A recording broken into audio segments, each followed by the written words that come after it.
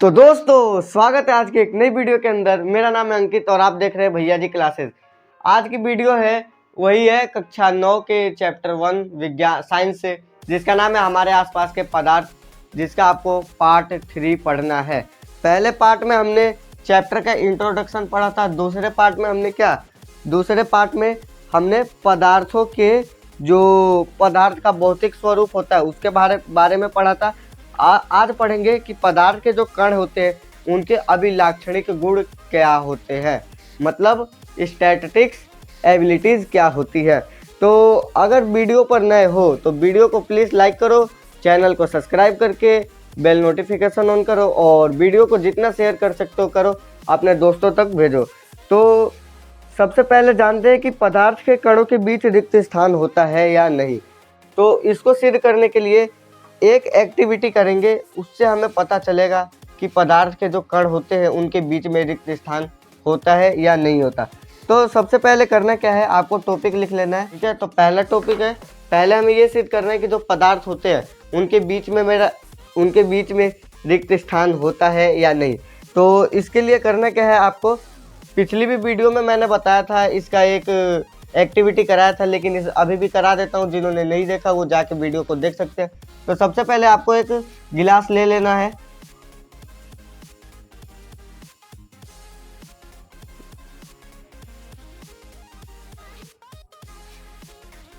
आपको एक गिलास ले लेना है। गिलास लेने के बाद इसके अंदर कम से कम आधा गिलास पानी,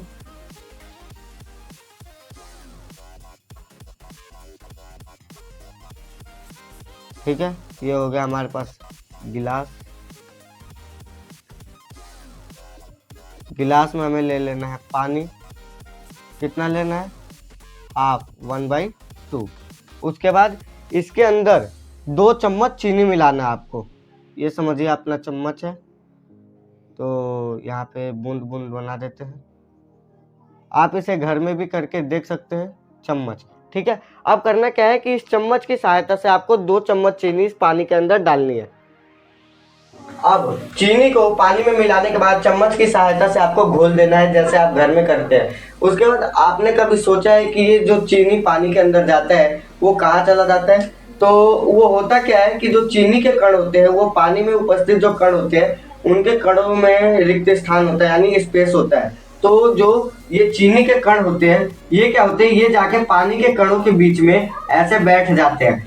तो इससे क्या पता चलता है, और चीनी जो होती है, फिर आपको क्या लगता है कि जो चीनी है वह पानी के अंदर घुल गई है। तो इससे आपको ये लगता है कि चीनी अच्छी तरह से गायब हो गया है, लेकिन चीनी गायब नहीं हुआ होता है। चीनी जो होता है उसके छोटे छोटे कण जो होते हैं, पार्टिकल्स, वो पानी के अंदर ही रहते हैं। तो हमने यह तो पता कर लिया कि पदार्थ के कणों के बीच रिक्त स्थान होता है या नहीं होता। तो पदार्थ के कणों के बीच रिक्त स्थान होता है, ठीक है। अब बढ़ते हैं नेक्स्ट टॉपिक की ओर।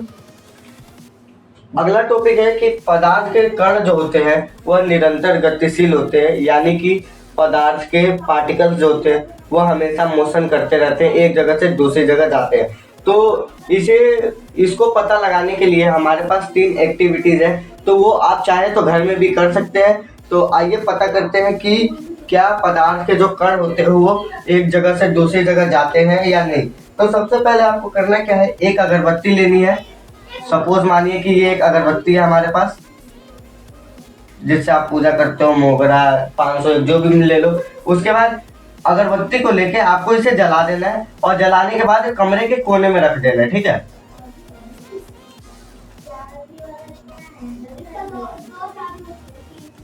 कमरे के कोने में रखना है, ठीक है। कमरे के कोने में रखने के बाद क्या करना है, थोड़ी देर के बाद क्या होगा, आपको अगरबत्ती से खुशबू आएगी। जब आप अगरबत्ती से दूर रहोगे तो भी आपको अगरबत्ती से खुशबू आएगी, ठीक है। पहला तो ये हुआ। दूसरी एक्टिविटी में क्या करना है कि जल से भरे 2 गिलास पानी लेना है, ठीक है। यहाँ पे हम 2 गिलास पानी ले लेते हैं। पानी की जगह लस्सी मत ले लेना, ठीक है। पढ़ाई है तो पढ़ाई। 2 गिलास पानी लेनी है, सॉरी। पानी लेने के बाद आपको क्या करना है कि एक में ये पानी, सपोज मानिए यहाँ पे पानी हो गया ऐसे, ये ऐसे ऐसे ऐसे ऐसे, ठीक है। इस पहले गिलास के अंदर आपको नीली स्याही डाल देनी है, नीली या लाल स्याही डाल देनी है, स्याही जो आपके पेन में होती है। उसके बाद दूसरे में आपको दूसरे गिलास में क्या डालना है, शहद डाल देना है, ठीक है। ये दोनों डालने के बाद आपको क्या करना है, इसको कमरे के कोने में रख देना है या कहीं भी रख सकते हो आप। और उसके बाद आपको इसको नोटिस करना है। तो आप क्या देखोगे कि स्याही का जो रंग है वह एक समान रूप से जल में वो क्या हुआ है, मतलब फैल गया है, जबकि शहद नहीं गया है। और ये भी आपको पता लगाना है कि इसको ये होने में कितना दिन लग रहा है या कितने घंटे लग रहे हैं, ठीक। एक्टिविटी, तीसरे एक्टिविटी पे पहुंचते हैं। तो अब बढ़ते हैं तीसरी एक्टिविटी की तरफ। इसमें आपको करना क्या है, जैसे आपने दूसरी एक्टिविटी में 2 गिलास लिए, वैसे ही आपको तीसरी एक्टिविटी में भी 2 गिलास लेने हैं। लेकिन कंडीशन क्या होगी कि जो पहला गिलास है उसमें गर्म पानी लेना है और जो दूसरा गिलास है उसमें ठंडा पानी लेना है। तो चलिए मान लीजिए कि ये आपके पास 2 गिलास हो गए, ठीक है, ये गिलास। उसके बाद इसमें मान लीजिए गर्म पानी है, गर्म पानी, ठीक है। इस गिलास में ठंडा पानी है, ठंडा पानी, ठीक है। यहाँ पे हम लोग पानी है जो भी है, आपको भी पता है कि पानी होता है गिलास में। तो ये तो हो गया गर्म पानी और ठंडा पानी। उसके बाद क्या करना है, उसके बाद आपको दोनों गिलासों में आपको कॉपर सल्फेट CuSO4, ये कॉपर सल्फेट का रासायनिक सूत्र होता है। चैप्टर नंबर 4 में पढ़ोगे कि कॉपर सल्फेट होता क्या है और कॉपर सल्फेट का जो CuSO4 है ये कैसे आया, कैसे बनता है, ठीक है। तो दोनों गिलासों में कॉपर सल्फेट डालने के बाद आपको क्या करना है, इनको सतह पर बैठने देना है। जब सतह पर बैठ जाए तो आपको अवलोकन करना है और देखना है कि क्या यह मिश्रित हो रहे हैं। अगर मिश्रित हो रहे तो ये क्यों हो रहे हैं, और क्यों हो रहे तो ये मिश्रित कैसे हो रहे हैं। तो इन तीनों जो तीनों एक्टिविटी है, ये तीनों करने से हमें क्या पता चलता है कि जो पदार्थ के कण है वह निरंतर गतिशील होते हैं। मतलब क्या कि जब हमने अगरबत्ती को जलाया तो उसमें हमें क्या पता चला कि अगरबत्ती के जो कण थे वह वायु के कण में जाके समा जाते हैं, जिसके द्वारा वह वायु के द्वारा हमारे नाक तक पहुंचते हैं, जिससे हमें खुशबू आती है। नीली स्याही या शहद हमने डाला गिलास के अंदर, तो इसके जो कण थे वह क्या हुए, गति करते हुए पानी के कणों से मिल गए, ठीक है। तीसरी एक्टिविटी में क्या हुई कि ठंडे पानी में या गर्म पानी के अंदर हमने कॉपर सल्फेट को डाला, तो कॉपर सल्फेट क्या हुआ, यह इसके कण जो थे गति करते हुए गए और पानी के कण से क्या हुए, आपस में मिल गए। तो इन तीनों क्रियाकलाप, इन तीनों एक्टिविटी से हमें क्या पता चलता है कि जो पदार्थ के कण होते हैं वह निरंतर गतिशील होते हैं, यानी हमेशा गति करते रहते हैं। उसके बाद तापमान बढ़ने से कणों की गति तेज हो जाती है। अब इसका मतलब क्या है, तो इसे भी आइए समझते हैं। अब कुछ बातें हैं जो आपको पता होनी चाहिए, ये पेपर में अक्सर पूछा जाता है, तो चलिए जानते हैं। सबसे पहले पदार्थ के कण निरंतर गतिशील होते हैं, यानी पदार्थ के कण हमेशा मोशन करते हैं, गति करते हैं, एक जगह से दूसरी जगह जाते हैं, अर्थात उनमें गतिज ऊर्जा होती है। अब गतिज ऊर्जा क्या होती है, गतिज ऊर्जा वो ऊर्जा होती है जब किसी कार्य में गति हो, यानी एक जगह से दूसरे जगह जाने का भाव हो, ठीक है, तो गतिज ऊर्जा होती है। तापमान बढ़ने से कणों की गति भी तेज बढ़ जाती है। अब जैसे मान के चलिए कि 1 गिलास पानी है, उसके अंदर आप 10 ग्राम चीनी ही घोल सकते हो, बट आपको क्या करना है कि उसमें 10 ग्राम ना घोल के आपको 15 ग्राम चीनी घोलनी है। तो आप क्या करोगे, आपको 15 ग्राम चीनी को घोलने के लिए सबसे पहले 10 ग्राम चीनी को पानी में घोल दोगे। उसके बाद आप उसे गैस पर गर्म कर सकते हो। उससे क्या होगा कि जब तापमान बढ़ता है ना, तापमान बढ़ने से जो पानी के कण होंगे या चीनी के कण वो क्या होते हैं, बहुत अधिक गति करते हैं और एक दूसरे के आगे से, या मतलब एक दूसरे से बहुत अधिक गति करते हैं, एक जगह से दूसरी जगह बहुत जल्दी भागते हैं। इससे क्या होगा कि 10 ग्राम चीनी की जगह कम से कम 15 ग्राम चीनी उसमें घुल जाएगी, ठीक है। तो इससे हमें क्या पता चला कि तापमान के बढ़ने से जो गतिज ऊर्जा होती है वो क्या होती है, वह तेज हो जाती है पदार्थों की। अब 2 अलग अलग पदार्थों के कणों का मिलना विसरण कहलाता है।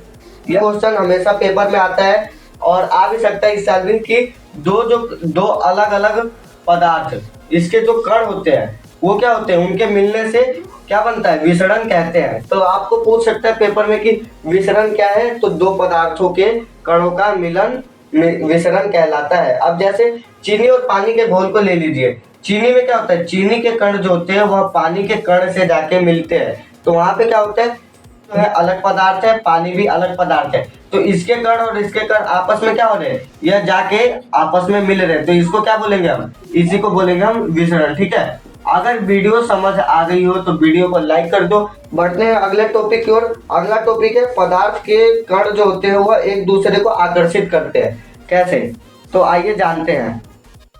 पदार्थ के कण एक दूसरे को आकर्षित करते हैं कैसे, यह इसे भी जानते हैं।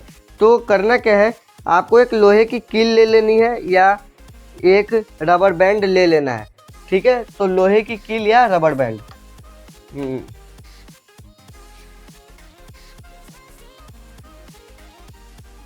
लोहे की कील या क्या लेना है, रबर बैंड।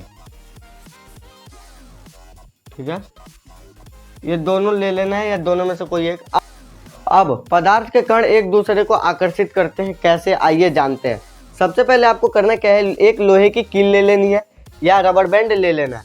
अब लोहे की कील को आप कितना भी पीटिए वह क्या होता है, टूटता नहीं है। क्यों, लोहे की कील है, उसके जो कण है, पदार्थ के कण, वह एक दूसरे को कस के पकड़े हुए हैं। उसके बाद रबर बैंड, रबर बैंड को आप कितना भी खींचिए, 1 सेंटीमीटर तक खींच सकते हो, लेकिन वह टूट जाएगी। उससे क्या मतलब, रबर बैंड के भी जो कण है वो क्या होते हैं, वह एक दूसरे को पकड़ के रखते हैं। उसके बाद आप जो आपके घरों में नल लगा होगा, वो नल से जो पानी गिरता है उसको आप काटने का प्रयास कीजिए, क्या होगा, पानी कभी नहीं कटेगा। क्यों, क्योंकि जल के कणों के बीच क्या है, जल के कणों के बीच आकर्षण बल है, यानी वह एक दूसरे को आकर्षित करते हैं। तो इससे हमें क्या पता चलता है कि जो पदार्थ के कण है वह एक दूसरे को आकर्षित करते हैं। जैसे यहाँ पे देखिए, ये यहाँ पे मान के चलिए कि आपके घर का नल है, ऐसे ये यहाँ पे नल है,